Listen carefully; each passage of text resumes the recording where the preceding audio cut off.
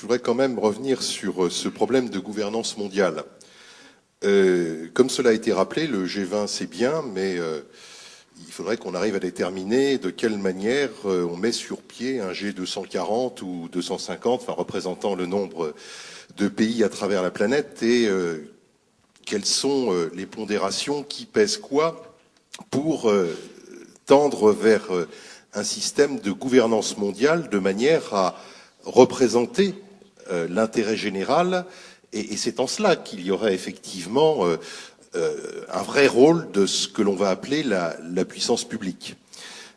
Comme vous le savez sans doute, les syndicats français, nous avons quasiment notre rond de serviette à l'Élysée, et dans les nombreuses réunions provoquées par le chef de l'État, il y en a une qui a eu lieu le 30 mars, c'est-à-dire 3 jours avant le G20, où le chef de l'État et ses collaborateurs, comme il les appelle, nous faisaient part de l'état d'avancement de la préparation de ces travaux du G20. Et on savait que tout était centré sur le financier, comment trouver de nouvelles régulations financières. Et Nicolas Sarkozy insistait même en disant, parce que nous évidemment nous disions, et les régulations sociales, ne nous précipitons pas, traitons déjà l'aspect financier, parce que sinon on va se perdre, tout ça va être dilué, il n'y aura pas de décision, on n'aboutira à rien. Donc, mais sur cet aspect financier, j'ai posé une question de savoir comment on envisageait, par exemple, de lutter contre la corruption. Parce que c'est quand même un élément important au niveau mondial d'un certain nombre de déséquilibres dans la relation entre les entreprises, l'intérêt général, les salariés. Et j'ai une réponse lapidaire qui m'a renvoyé à la Convention de Mérida. Oui, la Convention de Mérida, il y a des pays qui se sont engagés, qui ont signé. Mais c'est amusant, c'est exactement comme le protocole de Kyoto. Les États-Unis n'ont pas davantage signé la Convention de Mérida. Et on voit bien qu'il y a un vrai souci sur la définition et le fait de se mettre d'accord sur ce que l'on fait, je dirais le protocole d'accord minimum pour montrer qu'on est bien en train d'avoir défini les bonnes règles, les bonnes pratiques et les bonnes règles de gouvernance à l'échelle planétaire pour rendre les choses un peu plus équitables. Alors j'en viens au problème des organisations syndicales et de la concurrence entre les salariés, le dumping social. Nous avons un grand projet depuis 1957 qui s'appelle l'Union européenne aujourd'hui, et nous avons vu que, notamment à 27, il est extrêmement difficile d'éviter ce dumping social. C'est pas seulement l'histoire du plombier polonais, il y a des histoires nettement plus récentes, notamment dans le nord de l'Europe, entre les pays baltiques et les pays tels Suède, Danemark, Norvège, Finlande, où on voit qu'il y a cette concurrence et cette incapacité à imposer des normes minimales pour l'ensemble des salariés. On pourrait aussi parler de toute la difficulté qu'il y a eu à se mettre d'accord autour d'une certaine directive européenne concernant les services d'intérêt généraux.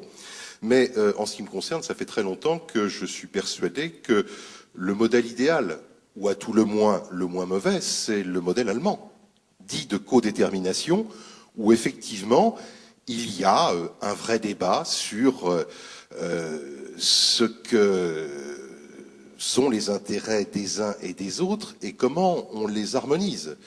J'observe simplement qu'en Allemagne, comme dans d'autres pays d'Europe du Nord, il y a un taux de syndicalisation extrêmement élevé.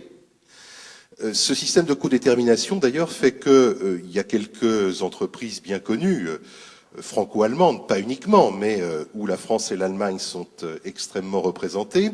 Et certaines ont fait parler d'elles récemment, je pense à EADS, Airbus, avec le fameux plan Power 8 d'économie, où il devait y avoir des établissements fermés de façon paritaire en Allemagne et en France.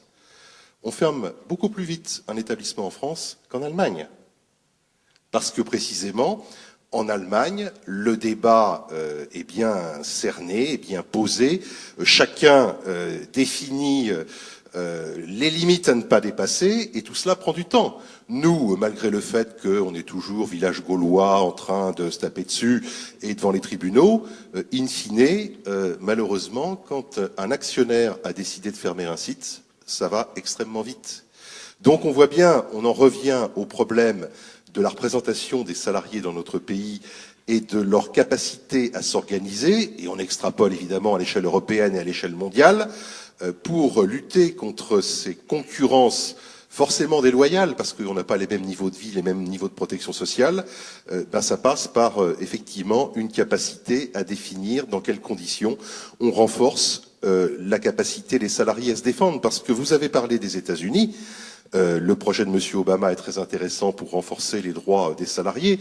Je veux simplement rappeler qu'aux États-Unis, État fédéral, il y a une bonne vingtaine d'États sur les 51 dans lesquels ils en sont au degré zéro, que j'assimile d'ailleurs assez proche de ce que nous connaissons en France, où précisément il n'y a plus cette incitation à se syndiquer pour bénéficier d'un certain nombre de services. Et comme par hasard, on a vu chuter sensiblement le taux de syndicalisation et on entre dans des possibilités telles Walmart de concurrence des sites et des salariés les uns entre les autres. On voit toute la difficulté qu'il y a là aussi à imaginer les bons lieux de concertation, de négociation, de confrontation pour traiter tous les problèmes que nous avons à traiter. Et on s'en rend compte avec des conflits tout à fait d'actualité dans notre pays. On a finalement, ce qui intéresse beaucoup les médias, des cadres, on les présente comme tels, qui sont pris en otage. Qui sont ces cadres? Quel est leur pouvoir de décision? Et je disais récemment, puisque j'ai été un peu interrogé sur le sujet, que finalement je conseillerais à certains d'entre eux de se retourner vers leur employeur pour le préjudice qu'ils subissent compte tenu de la galère dans laquelle on les envoie pour expliquer une situation et gérer une situation dont ils ne sont en rien responsables. Donc on voit bien que pour autant, et ça pèse aussi dans la localisation des lieux d'activité et de production, il peut y avoir des sites de fermés aussi parce que il y a une incapacité à avoir de la régulation sociale, du dialogue social, de la contractualisation.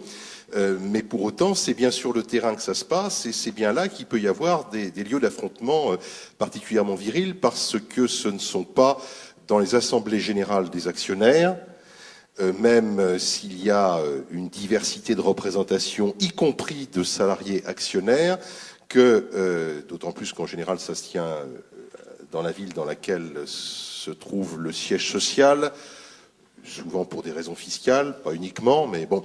Et donc, on a des difficultés compte tenu de la manière dont celles-ci sont gérées, ces assemblées générales, pour avoir les vrais débats de fond sur la stratégie, les orientations, la gouvernance, la rémunération des dirigeants dans ce type d'assemblée générale. Donc, c'est véritablement le problème de définition et d'articulation avec des législations encore une fois fort différentes. Je rappelle simplement que depuis le 20 août dernier, dans notre pays, nous avons une loi qui, par essence, a fixé au plus près du terrain le lieu de débat social et de régulation, remettant en cause ou réinterpellant tout le problème du lieu et de la place de la négociation de branche, de la négociation interprofessionnelle, etc., etc.